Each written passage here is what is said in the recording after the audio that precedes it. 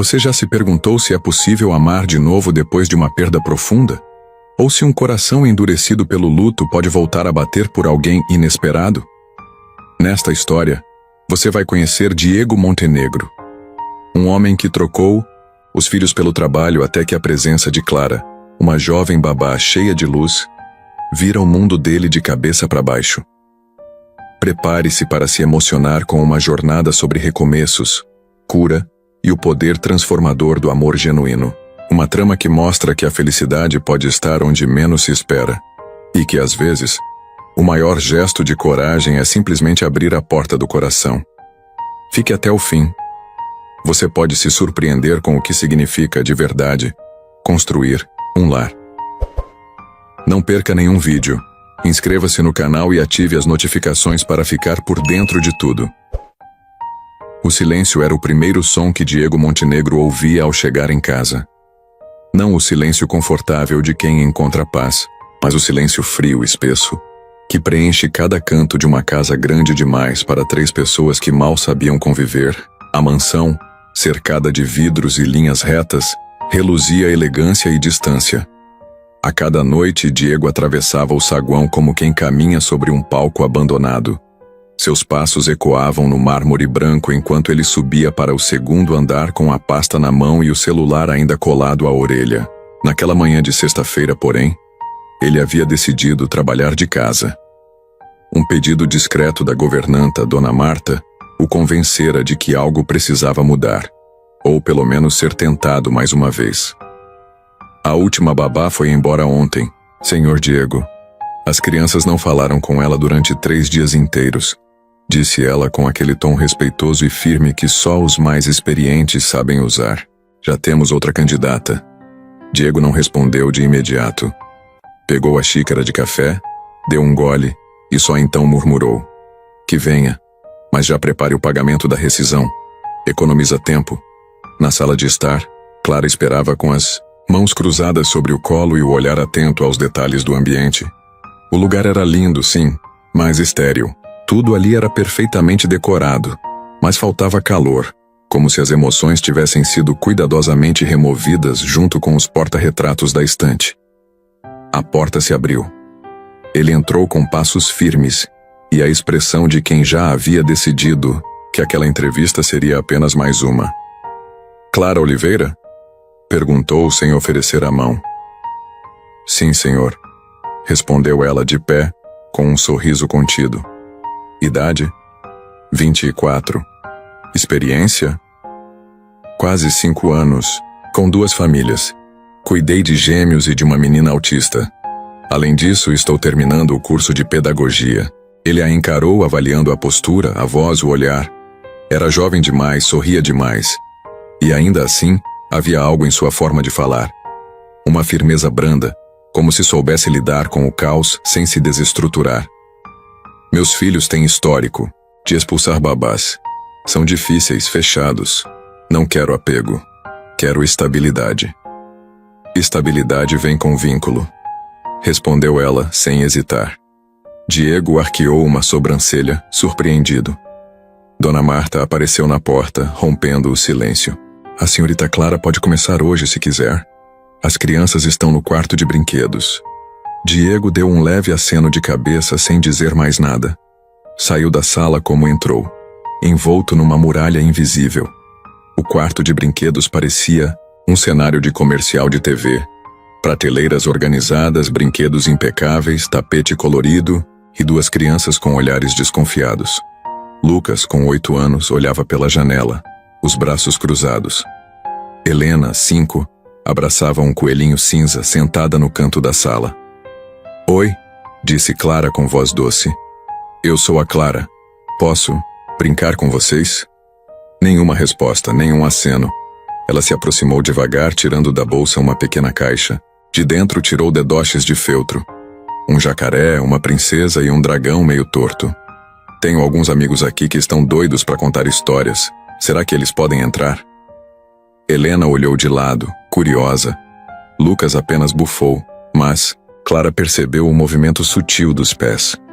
Ele se virou mesmo que minimamente na direção dela. Essa aqui é a princesa Fanny. E ela está presa em uma torre. O jacaré Jorge veio resgatá-la, mas... ele é péssimo com mapas. Alguém pode ajudá-lo? Helena sorriu. Lucas escondeu um quase sorriso, mas continuou ouvindo.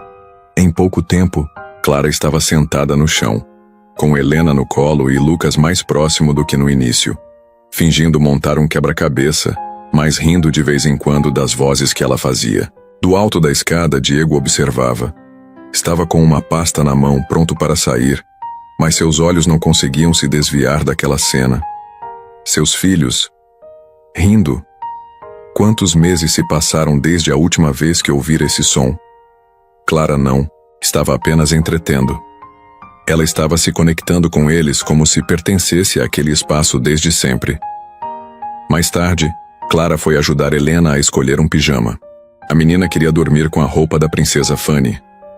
Mas é fantasia, pequena, argumentou Clara, divertida. A Fanny salvou o dragão. Eu quero sonhar com isso. Clara a vestiu com cuidado e ficou ali, observando a menina adormecer. Ao sair do quarto, encontrou Diego no corredor. Ele havia trocado de roupa, uma camisa escura e calça de moletom. Surpreendentemente, humano. As crianças dormiram? Perguntou ele sem emoção aparente. Estão bem. Lucas montou metade do castelo sozinho, e Helena virou princesa. Diego fez que sim com a cabeça.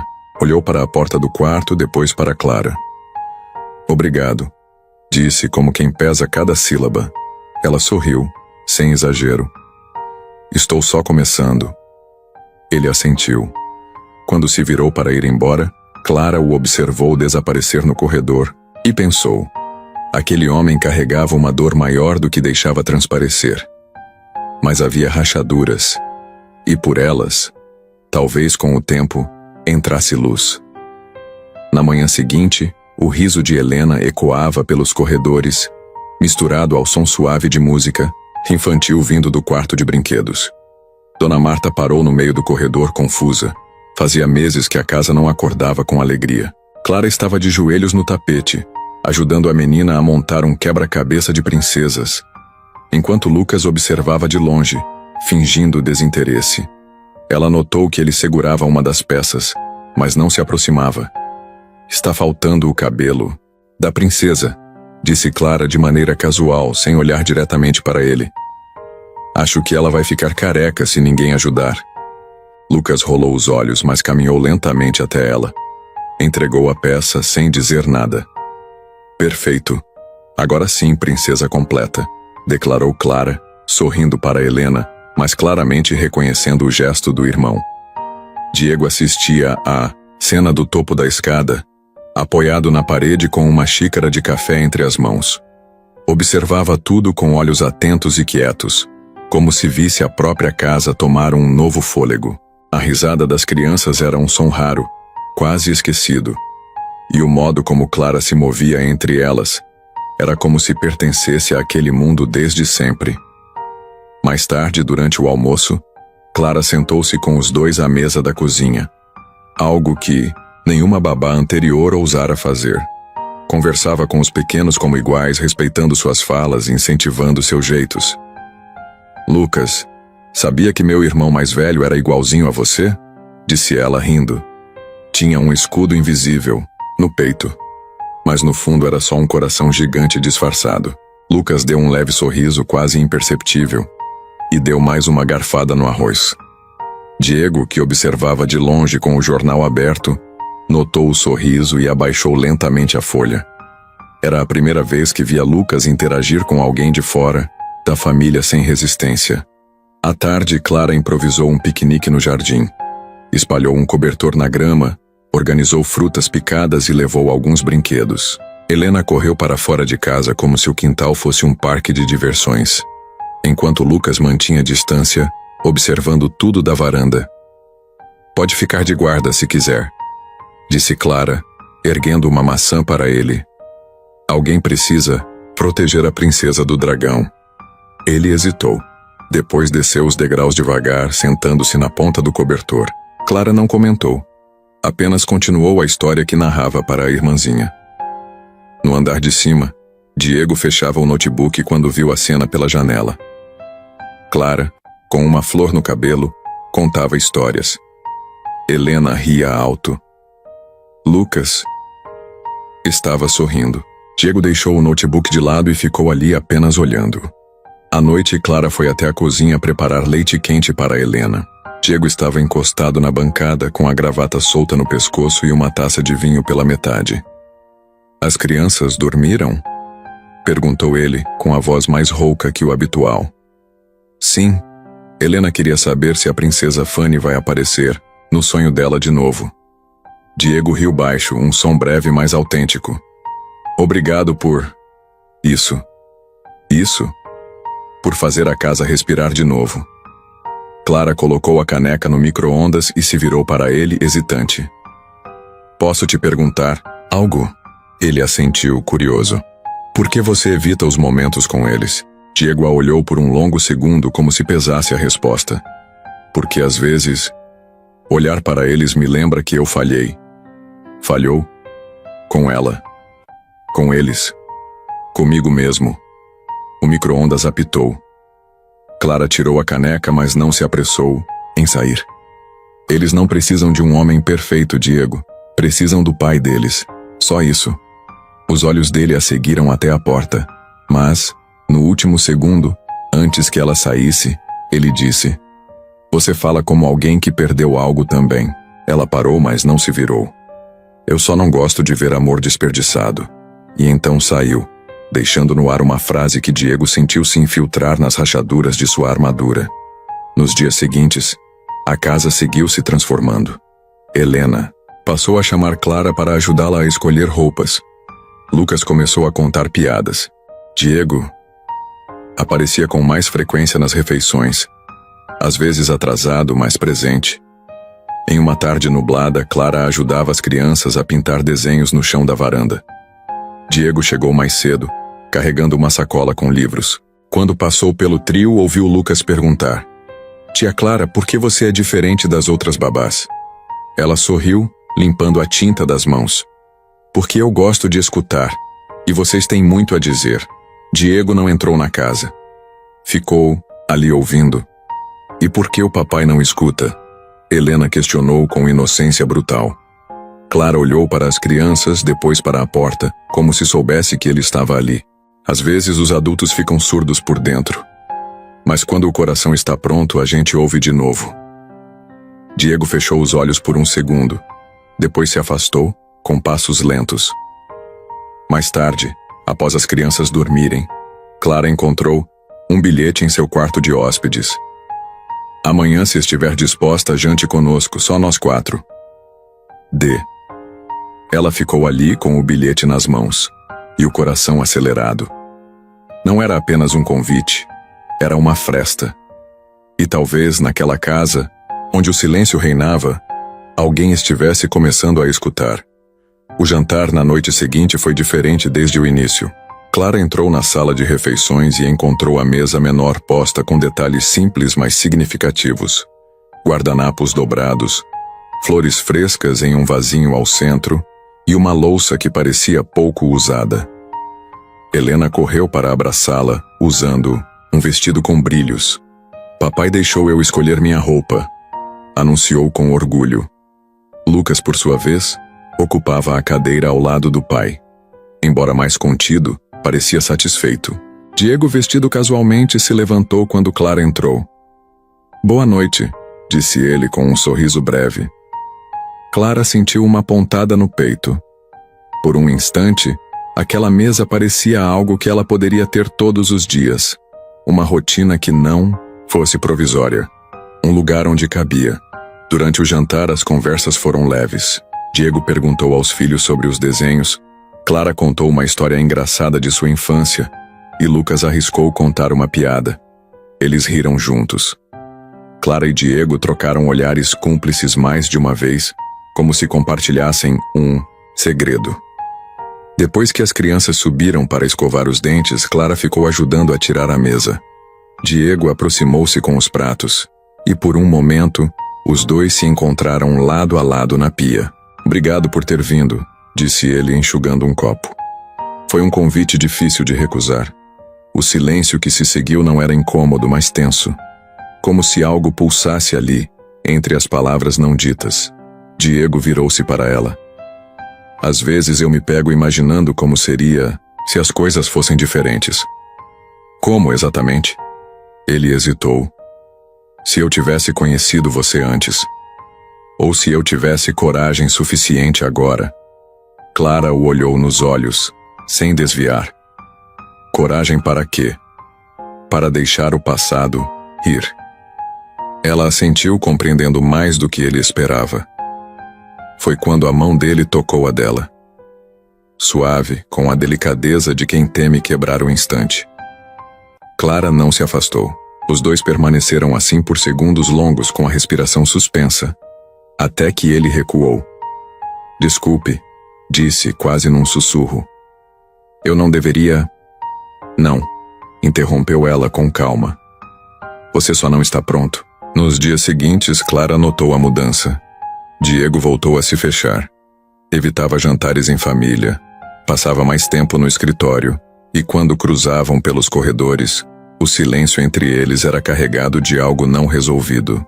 Lucas, perceptivo como sempre, notou primeiro. O papai brigou com você? Perguntou num fim de tarde, enquanto jogava damas com Clara. Não exatamente, respondeu ela, escolhendo as palavras. Mas às vezes, mesmo os adultos, precisam de um tempo para entender o que sentem. Lucas refletiu. Eu também fico assim às vezes, mas quando fico muito tempo sozinho, só piora. Clara sorriu e apertou a mão dele. Você é mais sábio do que muitos grandes por aí. Numa manhã chuvosa, enquanto Clara organizava os brinquedos no quarto das crianças, ouviu vozes abafadas no corredor. Diego discutia com alguém ao telefone. Eu sei que parece estranho, mas não posso manter ela aqui. Não com os boatos começando a circular. Isso afeta os negócios, a imagem. A voz do outro lado era abafada, mas insistente. Diego, respondeu tenso. Isso não é só sobre mim, tenho 2 filhos e ela é uma funcionária. Clara sentiu o estômago afundar. A conversa não era para ela ouvir, mas cada palavra parecia um estalo. Mais tarde, Diego bateu na porta do quarto onde ela guardava suas coisas. Clara já sabia. Preciso conversar com você, começou ele, evitando encará-la. Já ouvi o suficiente hoje cedo, respondeu ela sem agressividade, mas firme. Clara, pode pular as justificativas. Eu sei que você tem medo. Só não imaginei que o medo falasse mais alto que tudo o que vivemos aqui. Diego finalmente a olhou. Seus olhos diziam o que a boca não conseguia. Estou tentando proteger você e as crianças. De quê? De sentir? Ela respirou fundo. Você não está protegendo ninguém, Diego. Está se protegendo do que pode ser feliz. Ele ficou em silêncio. E naquele silêncio ela entendeu que não havia mais o que esperar. A despedida foi dolorosa, mas Clara a conduziu com dignidade. Helena chorava, agarrada ao pescoço dela. Não vá embora, tia Clara. Fica aqui com a gente. Lucas, mais calado, a seguiu até o carro. Antes que ela entrasse, entregou um envelope dobrado feito de papel comum. É para você, mas não abre agora. Clara o abraçou com força. Cuide da sua irmã. E do seu pai também. Ele não sabe como, murmurou o menino. Mas com você era mais fácil. Ela entrou no carro e partiu. E chorou pela primeira vez em muito tempo.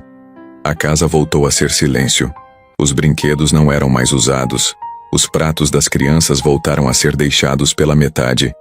Helena dormia com o coelhinho nos braços e acordava perguntando se Clara viria naquele dia. Lucas desenhava em silêncio com olhos opacos. Diego tentava manter a rotina, mas tudo parecia fora do lugar. Na terceira noite após a partida, encontrou Lucas dormindo no sofá. Sobre o peito dele, o envelope que havia dado a Clara estava aberto. E dentro havia outro desenho parecido com o primeiro, mas agora Clara não estava mais de mãos dadas com eles. Ela estava desenhada dentro de uma nuvem como se estivesse longe. No canto inferior, em letras infantis, Era mais feliz quando éramos todos juntos. Diego sentou-se no sofá e segurou o desenho com as mãos trêmulas. Aquele papel dizia tudo o que ele não teve coragem de dizer. Na manhã seguinte, sem anunciar nada, Diego vestiu uma roupa simples, desligou o telefone e saiu de casa. Avisou a governanta que não atenderia ligações. Pegou o endereço que Clara deixara na ficha de emprego. Era hora de enfrentar o que vinha evitando. Era hora de escutar. O céu estava carregado quando Clara desceu do ônibus, equilibrando, uma sacola de compras nos braços e o coração apertado no peito. Fazia pouco mais de uma semana que deixara a casa dos Montenegro, mas o tempo parecia mais longo e mais frio. Estava tentando seguir em frente. Arrumara um trabalho temporário em uma escola infantil, dividia um pequeno apartamento com uma amiga e mantinha a cabeça ocupada, mas havia uma saudade que não se encaixava em nenhuma gaveta da rotina. Não era só dos pequenos, era dele.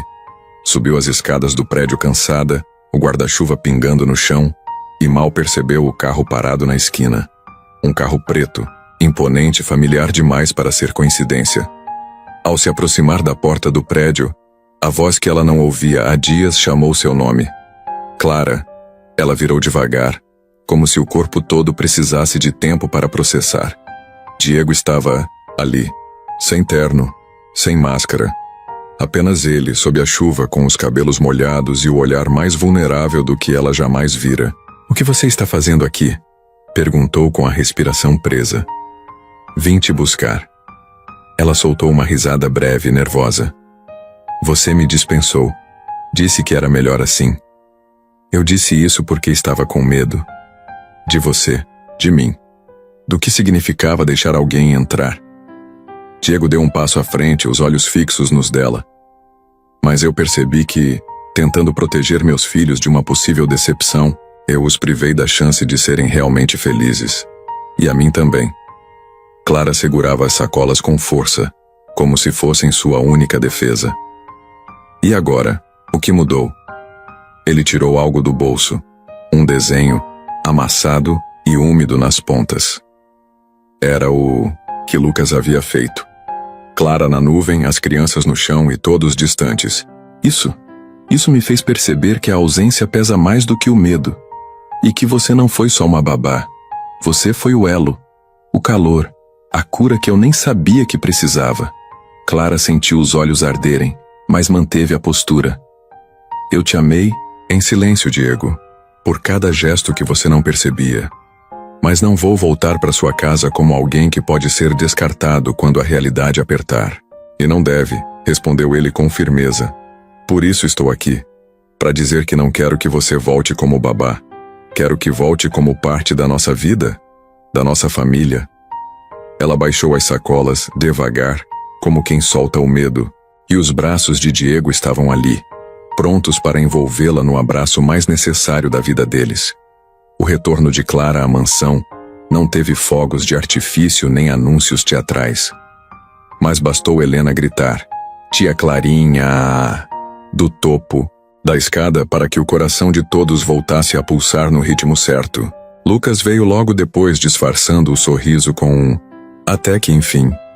Mas seus olhos brilhavam. Clara se abaixou, os abraçou juntos e sentiu como se nunca tivesse ido embora. Naquela noite, jantaram juntos.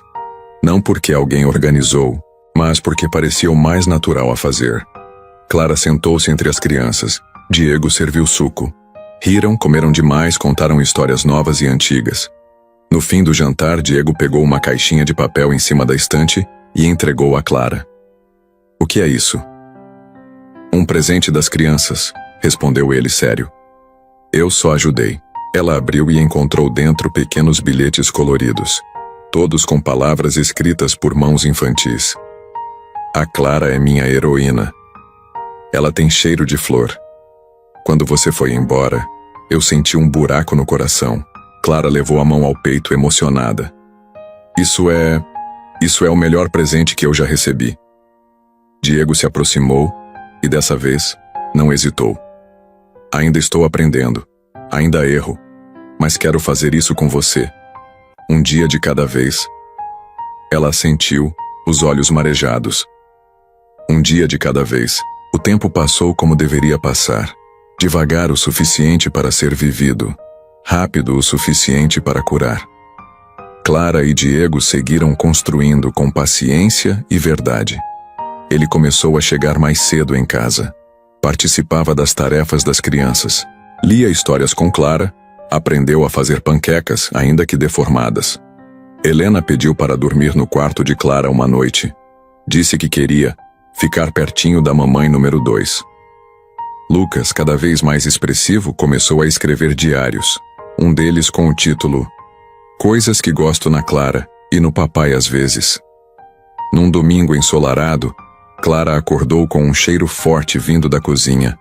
Desceu com cuidado, ainda de pijama, e encontrou Diego com um avental sujo de farinha, tentando fazer bolo com as crianças. Isso era para ser uma surpresa, disse ele, tentando esconder a bagunça. Conseguiu, respondeu Clara rindo. Ele se aproximou com um pouco de massa no rosto e sussurrou. Não sei como vivi tanto tempo sem isso. Ela tocou, seu rosto limpando a farinha com os dedos. Por que você não vivia? Só sobrevivia. Diego a beijou ali mesmo, no meio da bagunça, com as crianças rindo atrás. Foi um beijo tranquilo, sem pressa. Um beijo de lar. Não houve anúncio oficial nem data marcada. Mas em algum ponto entre aquele reencontro na chuva e o domingo de bolo, Clara passou a usar chinelos na casa, a deixar livros na sala e a ocupar metade do guarda-roupa de Diego. Não porque alguém a convidou, mas porque ela sempre pertenceu ali. E dessa vez, ninguém a deixaria partir. Às vezes o amor não chega com promessas de eternidade, nem com grandes gestos ou declarações inflamadas. Ele se insinua nas brechas do cotidiano, no cuidado silencioso, no esforço tímido de aprender a fazer panquecas, no desenho infantil que guarda saudades. Foi assim com Diego e Clara.